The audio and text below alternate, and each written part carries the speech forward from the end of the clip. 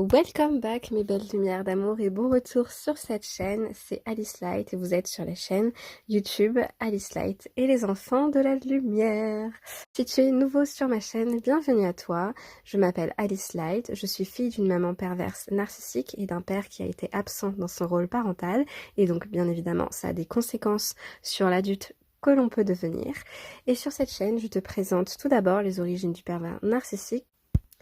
Si cette chaîne te plaît, n'hésite pas à t'abonner, à partager, à mettre un petit pouce en l'air pour m'aider dans le référencement sur YouTube. Et chose que je n'ai pas précisée mais je tiens à rappeler, dans ma vidéo précédente, quand j'ai parlé du choix que la personne fait quand elle est enfant, dans la petite enfance, de se couper de son enfant intérieur, j'ai oublié de préciser mais c'est un choix inconscient et involontaire et je tenais vraiment à ce que ce soit extrêmement compris parce que beaucoup de choses se passent dans l'inconscient. Voilà. Aujourd'hui, je souhaite aborder avec toi le trouble de stress post-traumatique complexe, extrêmement important. Tu as entendu parler dans une des vidéos précédentes du trouble stress post-traumatique simple. Maintenant, le complexe, qu'est-ce que c'est? Alors, en fait, c'est juste que le plus souvent, ça va être associé au fait que tu as eu des traumatismes répétés et qui ont duré dans le temps. Donc ça, c'est la différence avec le simple. C'est ce que j'avais expliqué la dernière fois, où le trauma simple, c'est un événement qui a un début une fois, qui arrive. Un événement qui a un début, une fin et qui arrive une fois. Et quand ils sont à répétition, donc par exemple des viols à répétition, je prends cet exemple parce que ça revient souvent, hein, désolé. Donc les agressions sexuelles, les viols sur mineurs et majeurs, sont en thérapie très souvent à l'origine d'un trouble post-traumatique, d'un trouble du stress post-traumatique complexe. Le harcèlement, donc ça c'est important parce que si ça arrive à vos enfants, si vous connaissez quelqu'un autour de vous qui a été harcelé, que ce soit sur les réseaux sociaux, que ce soit en vrai dans les lycées, dans les collèges, donc je pense aux enfants parce que c'est devenu un vrai phénomène de société qui est vraiment incroyablement... qui prend trop de place et qui tue des gens, donc voilà, donc ça en fait partie. Donc oui, un enfant qui est harcelé peut développer ce syndrome-là. Moi j'avais remarqué, alors je dis pas que j'ai eu ce syndrome-là, parce qu'encore une fois, c'est un syndrome qui est... C'est un trouble qui est établi par des professionnels de santé, des psychologues. Donc moi j'ai vu que j'avais des conditionnements et des réactions de ce trouble-là que j'avais. Mais je ne dis pas que j'ai le trouble parce qu'en réalité, je sais pas, hein, j'ai pas été diagnostiquée, mais en tout cas, moi, ça me parlait.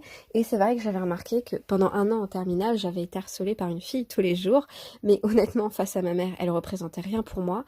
Mais en fait, j'étais en état d'hypervigilance et j'avais tellement l'habitude de subir que qu'elle soit là ou pas, c'était juste une chose d'en plus à supporter. Sauf que quand je suis sortie du lycée, quand je suis allée à l'université, pendant quasiment 1 an et demi, voire 2 ans, j'ai passé mon temps à faire des cauchemars et c'était tellement violent pour moi ce qu'elle m'avait fait subir parce qu'elle était tout le temps... elle avait des comportements de pervers narcissique, donc j'avais ma mère, j'avais mon frère, j'avais des personnes dans ma famille, plus elle, donc je peux vous dire que ça a été la goutte d'eau qui vraiment, mon cerveau, je crois qu'il supportait plus, et du coup quand j'étais plus en contact avec tous ces gens-là, ben finalement, qu'est-ce qui s'est passé? C'est que ça m'a poursuivi en fait. C'est vraiment la sensation que j'ai eue. C'est-à-dire que même si l'événement était fini, même si la personne n'était plus là, même si j'étais plus en contact avec tous ces gens du lycée, j'avais vraiment coupé les ponts avec tout le monde parce que pour moi c'était une association, même des gens qui étaient gentils, que j'adorais, j'avais vraiment coupé les ponts avec ces gens-là. C'était une association à eux en fait, à tout le mal que j'avais vécu pendant 3 ans au lycée et pendant 1 an avec cette fille complètement psychopathe. Et en plus, le pire c'est qu'elle est devenue infirmière. Donc vous imaginez, il y a des psychologues qui sont des pervers narcissiques, hein. Juste comme ça, faites attention à vous. Donc n'allez pas voir le mal partout, mais attention. Et du coup, pendant presque 2 ans, en fait, mon corps a évacué en fait les traumas que j'ai eus, c'est-à-dire les chocs qu'elle m'a fait subir émotionnels, le harcèlement psychologique qu'elle m'a fait subir, etc., etc.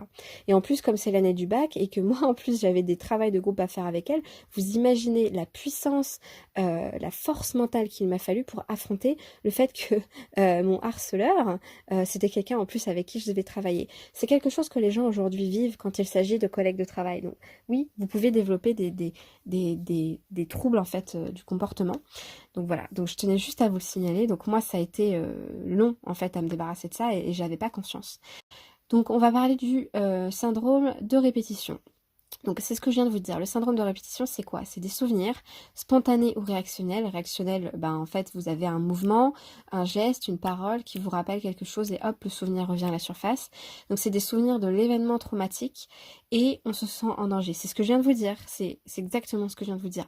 J'avais beau ne plus être en contact avec ces gens-là, l'émotion était toujours là, le sentiment était toujours là, le souvenir me faisait revivre l'horreur de cette année. Donc ces souvenirs peuvent prendre la forme de flashback, comme je vous l'ai dit, diurne, donc c'est-à-dire de journée, ou flashback de nuit, des cauchemars, des réviviscences sensorielles, donc une odeur, un toucher, un son, une lumière, une parole peut vous faire revenir à ça. Vous allez avoir ce qu'on appelle des conduites d'évitement. Je vous donne un exemple de ce qui s'est passé. Quand j'étais en première année de licence, ou peut-être le début de la deuxième année, on a reçu un courrier qui nous disait qu'on pouvait aller à une fête où tous les gens de ma classe allaient se retrouver. Conduite d'évitement, c'était hors de question que j'y aille. Hors de question. Peu importe s'il y avait des gens que j'aimais bien, peu importe si j'aurais pris plaisir à savoir qui étaient devenus mes anciens amis, etc. Non, c'était no way, c'était impossible pour moi. Me demander de faire ça, c'était comme me demander de me replonger dans un événement qui m'a fait souffrir. Et c'était juste pas possible pour moi. Et quand je vous en parle, j'ai encore un petit peu l'émotion de ce qui m'est arrivé ce jour-là, c'est-à-dire, c'est ok aujourd'hui, mais à l'époque, je me rappelle que c'était non. Clairement, ma tête faisait non, non, non. Et quand la tête ou quand le corps physiologique vous fait non, quand vous avez une réaction physiologique de non qui est plus puissante que vous, clairement là, c'est qu'il y a un trauma, pour moi en tout cas. Donc les conduites d'évitement sont la conséquence de ce trauma à répétition en fait, de ces souvenirs qui ressortent, de ces symptômes qui sont venus. Donc voilà, donc en fait vous allez avoir des stratégies inconscientes, donc vous en faites pas exprès, c'est pas vous en faites pas exprès. Bon, parfois vous en avez conscience, comme moi je savais que j'avais pas envie d'y aller, mais en fait intérieurement c'était dû à tout ça. Donc ces conduites d'évitement consistent à des stratégies pour éviter des situations dans lesquelles vous risquez de vous retrouver de nouveau en état d'alerte ou en lien avec ce qui vous est arrivé, avec la personne, ou dans des situations qui vous rappellent en fait ce que vous avez vécu, l'événement à répétition que vous avez vécu. Voilà, donc ça c'est hors de question, donc que ce soit conscient ou inconscient, c'est ce qui va se produire. La dissociation, déjà c'est quoi? C'est un peu comme de l'hypnose, c'est un état de conscience modifié, hein, où en fait on va interagir de manière à s'éloigner, je dirais, de manière consciente ou inconsciente, avec ce qui nous fait nous ressentir en danger, avec ce qui nous fait croire qu'au moment où ça se passe, on est en train de s'exposer à l'événement traumatique.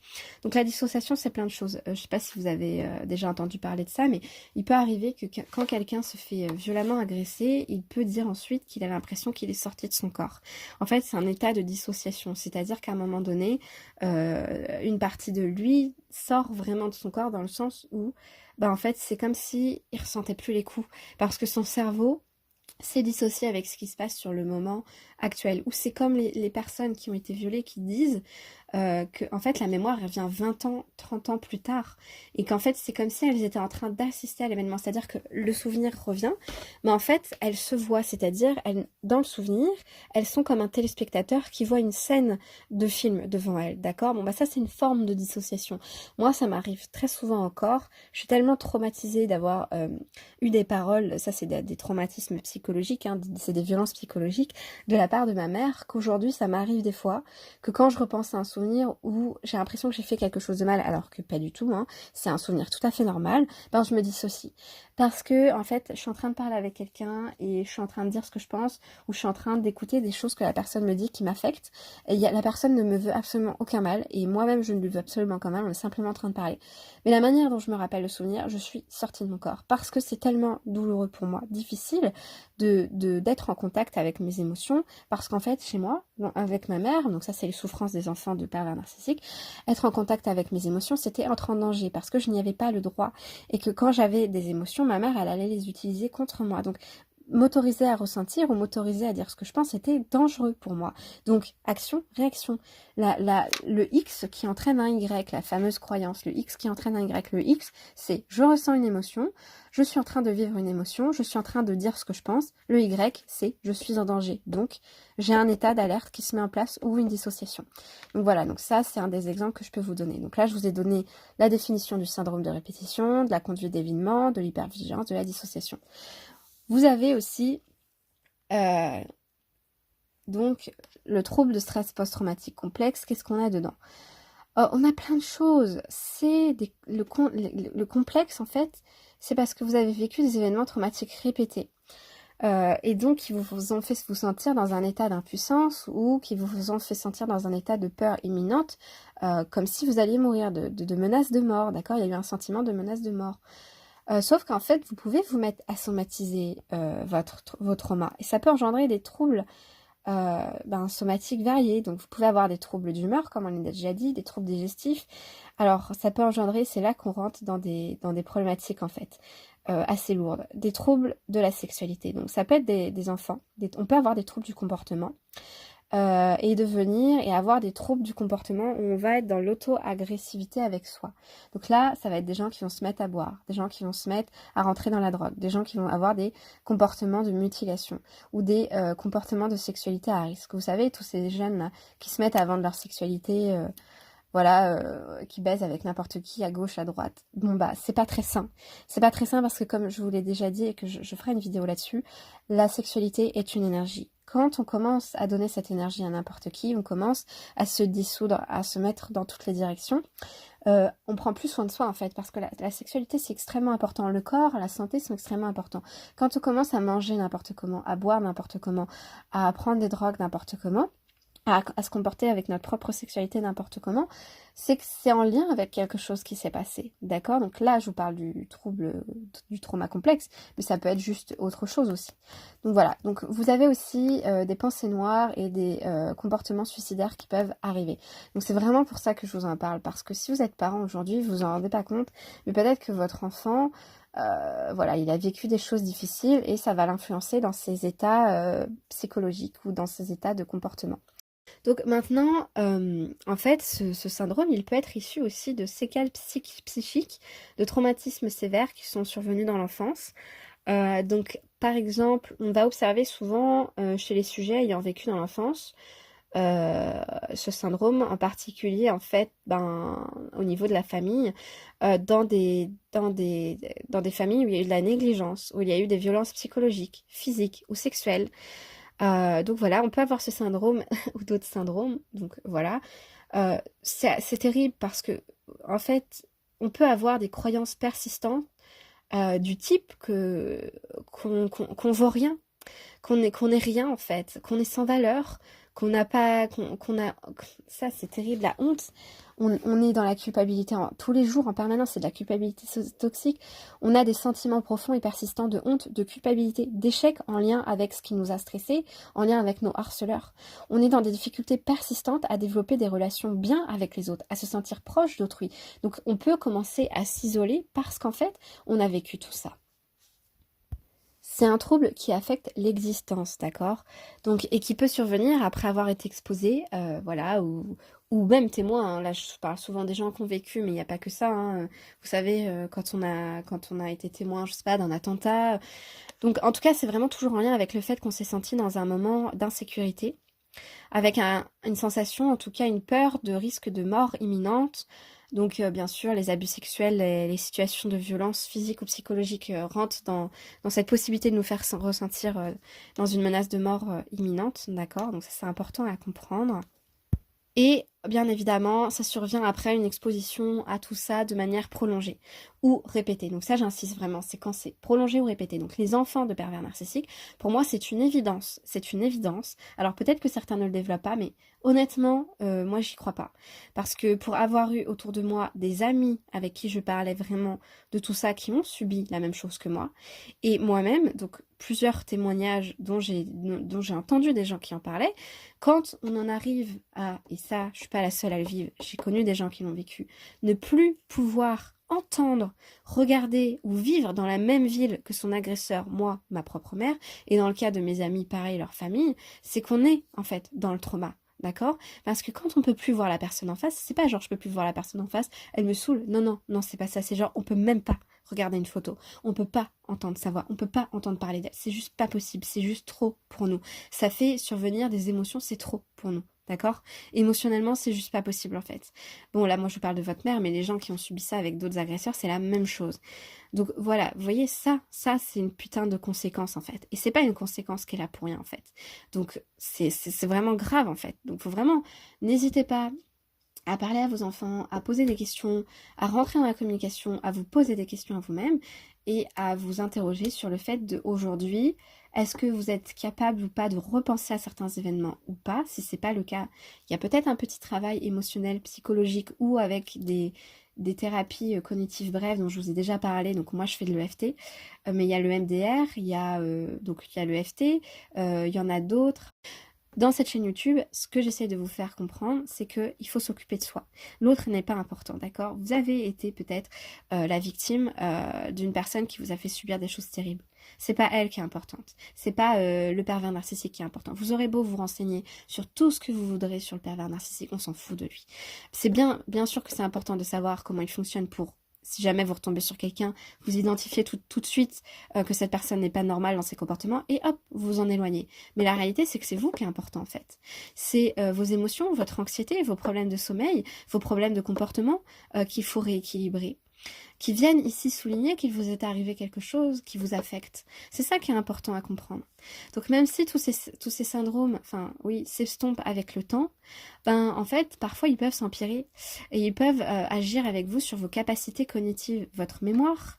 Ils peuvent interagir sur votre mémoire, sur votre capacité à faire votre travail ou à enregistrer des informations quand vous êtes au lycée ou à passer des examens.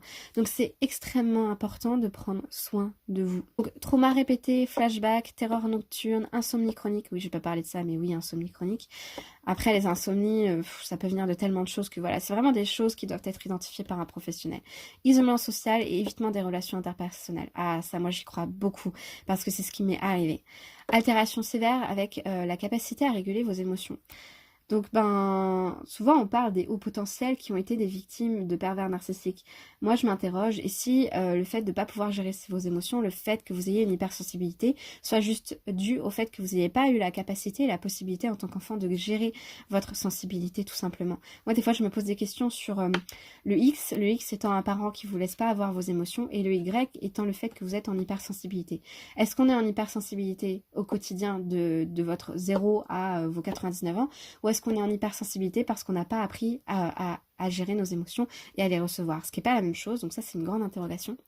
Donc toujours dans le syndrome post-traumatique complexe, hypervigilance, perception de soi fragmentée, vous êtes rapidement débordé par les informations, donc vous avez difficulté à gérer ce qui se passe, etc. J'ajoute à ça quand même la dissociation, très important, la dissociation.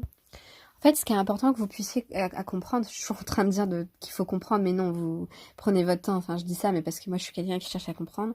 Ce qui est important de savoir, c'est qu'en fait, quand on prend soin de soi, finalement, on peut apaiser tout ce qui nous est arrivé, retrouver la paix, soigner notre enfant intérieur qui lui a été blessé dans l'enfance, et retrouver des ressources internes positives. En hypnose, dans les ressources internes, les états internes, c'est des émotions, c'est ce que l'on ressent. Donc, par exemple, la joie, c'est positif. Mais quand on s'isole, quand on est dans la peur, on n'est pas dans l'amour, on n'est pas dans la joie. Et c'est difficile d'avoir accès à ces émotions si on est entouré dans un environnement de gens avec qui on se sent menacé et qu'à chaque fois qu'on fait des études ou on va dans un job, on retrouve la même psychologie de notre harceleur. Vous voyez ce que je veux dire? Et du coup, on se sent de nouveau menacé. Donc, c'est important de prendre soin de ça pour toutes ces raisons-là. Donc bien évidemment, c'est vrai que je vous l'ai pas dit, mais en tant que coach, grâce à la PNL, j'ai un protocole, j'en ai même 2, pour résoudre les traumas. Donc si ça vous intéresse, contactez-moi. Donc c'est des protocoles qui durent 45 minutes. Donc en fait, ça fait 1 heure, mes séances sont de 1 heure à 1h15. En fait. Et donc voilà, il y a des protocoles en hypnose. En tout cas, n'hésitez pas à contacter aussi des hypnothérapeutes. Ils ont tout un tas d'outils, il y a vraiment tout un tas de types de thérapies différentes, mais on peut avoir sur du long terme ce sentiment d'impuissance, de perte de contrôle. On a l'impression de plus savoir qui on est. J'ai oublié de vous parler de l'identité, mais l'identité rentre en jeu. Notre perception du soi est modifiée, notre estime de soi est modifiée, extrêmement important. On sait plus, on peut ne plus savoir qui on est, on peut ne plus savoir comment réagir parce que on a tellement subi des traumas à répétition que en fait, toutes nos alertes émotionnelles qui sont là pour nous protéger, quand on est en colère, quand on sent l'injustice, quand on se défend, quand on est dans la sidération, toutes ces alertes émotionnelles qui ont réagi avec nous lors du trauma, et bien comme elles n'ont pas pu nous protéger parce que le pervers narcissique est plus fort que nous là-dessus, quand on est sans défense, et ben on ne sait plus comment on doit réagir. Donc si on doit subir de nouveau une attaque avec le pervers narcissique, et ben on n'a plus d'armes, on n'a plus de défense, on n'a plus de mécanisme de défense. Et ça c'est terrible parce que ça va altérer notre estime de nous très profondément et notre capacité à réagir et à interagir avec l'autre. Et c'est très violent parce que moi j'ai mis du temps à récupérer ça. Et c'est ça que j'appelle reprendre son pouvoir. Donc reprendre son pouvoir, c'est être capable de dire à l'autre non, être capable de réagir, être capable de ne pas se laisser faire. Et ça, en fait, on en perd cette capacité à force de vivre des traumas répétés par des pervers narcissiques, souvent quand c'est nos parents ou notre conjoint. Moi, je parle du parent, mais c'est valable la même chose pour le conjoint. Hein. La seule différence, c'est que moi, je l'ai vécu en tant qu'enfant de 0 à 20 ans. Donc, quand j'étais enfant, j'avais pas d'armes. Mon cerveau n'était pas cognitivement armé, développé pour se défendre, alors qu'une personne adulte, elle a déjà les capacités cognitives de se défendre. Mais si elle a vécu la même histoire dans son enfance avec des parents maltraitants ou qu'elle a subi à répétition des relations amoureuses avec des conjoints maltraitants, elle va avoir les mêmes réactions que l'enfant, c'est-à-dire qu'à un moment donné, même si elle a les armes, elle va quand même se sentir impuissante et désarmée. Nous, c'est inné, c'est-à-dire que clairement, moi j'ai grandi, j'avais pas les armes. Donc j'ai développé des comportements pour essayer de m'en sortir, mais des stratégies en fait que voilà, j'ai pas eu le choix. Alors qu'une personne adulte, elle va peut-être développer d'autres stratégies, mais les schémas sont les mêmes, c'est toujours la même chose. Et c'est nous qui subissons, donc voilà.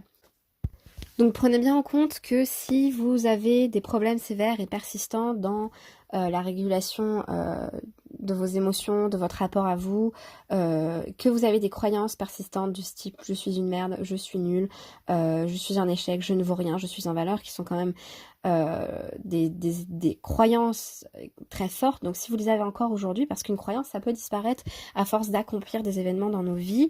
Si vous avez un sentiment profond, encore une fois, de honte et de culpabilité, je vous dis ça parce que j'ai découvert à 29 ans, donc 29 ans c'est très tard, que j'avais une culpabilité quotidienne avec laquelle je vivais depuis 29 ans et dont je ne m'étais jamais rendu compte. Donc merci la PNL. Mais voilà, si vous avez ces difficultés-là persistantes, notamment aussi à développer des relations saines avec les gens, à être en lien avec les gens, à vous sentir proche d'autrui, bon là vous êtes vraiment plus dans le trauma complexe que dans le trauma simple. Parce que dans le trauma simple, vous n'allez pas forcément développer des comportements d'isolement, vous n'allez pas forcément avoir des difficultés sur du long terme, donc je parle sur plusieurs années, 5, 10, 15 ans, arriver à 30 ans, 50 ans, 60 ans, avoir toujours ces difficultés avec vos émotions, avec vos croyances et avec vos proches. Si c'est vraiment le cas aujourd'hui, ça peut être une alerte qui signale que vous avez peut-être encore des traumas sévères. Voilà, en tout cas le stress de post-traumatique complexe. Voilà, donc je suis mes belles lumières, j'espère que cette vidéo vous aura été utile. Je vous remercie infiniment vraiment de m'avoir écouté pendant tout ce temps. Je vous souhaite une merveilleuse journée, n'hésitez pas à partager la vidéo à un de vos proches si vous pensez que ça pourrait être utile pour qu'ils comprennent un petit peu ce syndrome du stress post-traumatique complexe. Merci de ne pas vous auto-diagnostiquer et de laisser cela à la charge d'une personne dont c'est la spécialité. Voilà, il y a des gens, c'est leur service, ils sont là pour nous aider et c'est à eux de faire ça. Moi je vous donne toutes ces infos pour que vous puissiez prendre soin de vous, de comprendre où vous en êtes aujourd'hui, qui vous êtes aussi et quel est votre rapport à vous-même et à l'autre. Je vous souhaite le meilleur et je vous dis à bientôt dans une prochaine vidéo. Des gros bisous moustachus d'amour et de lumière.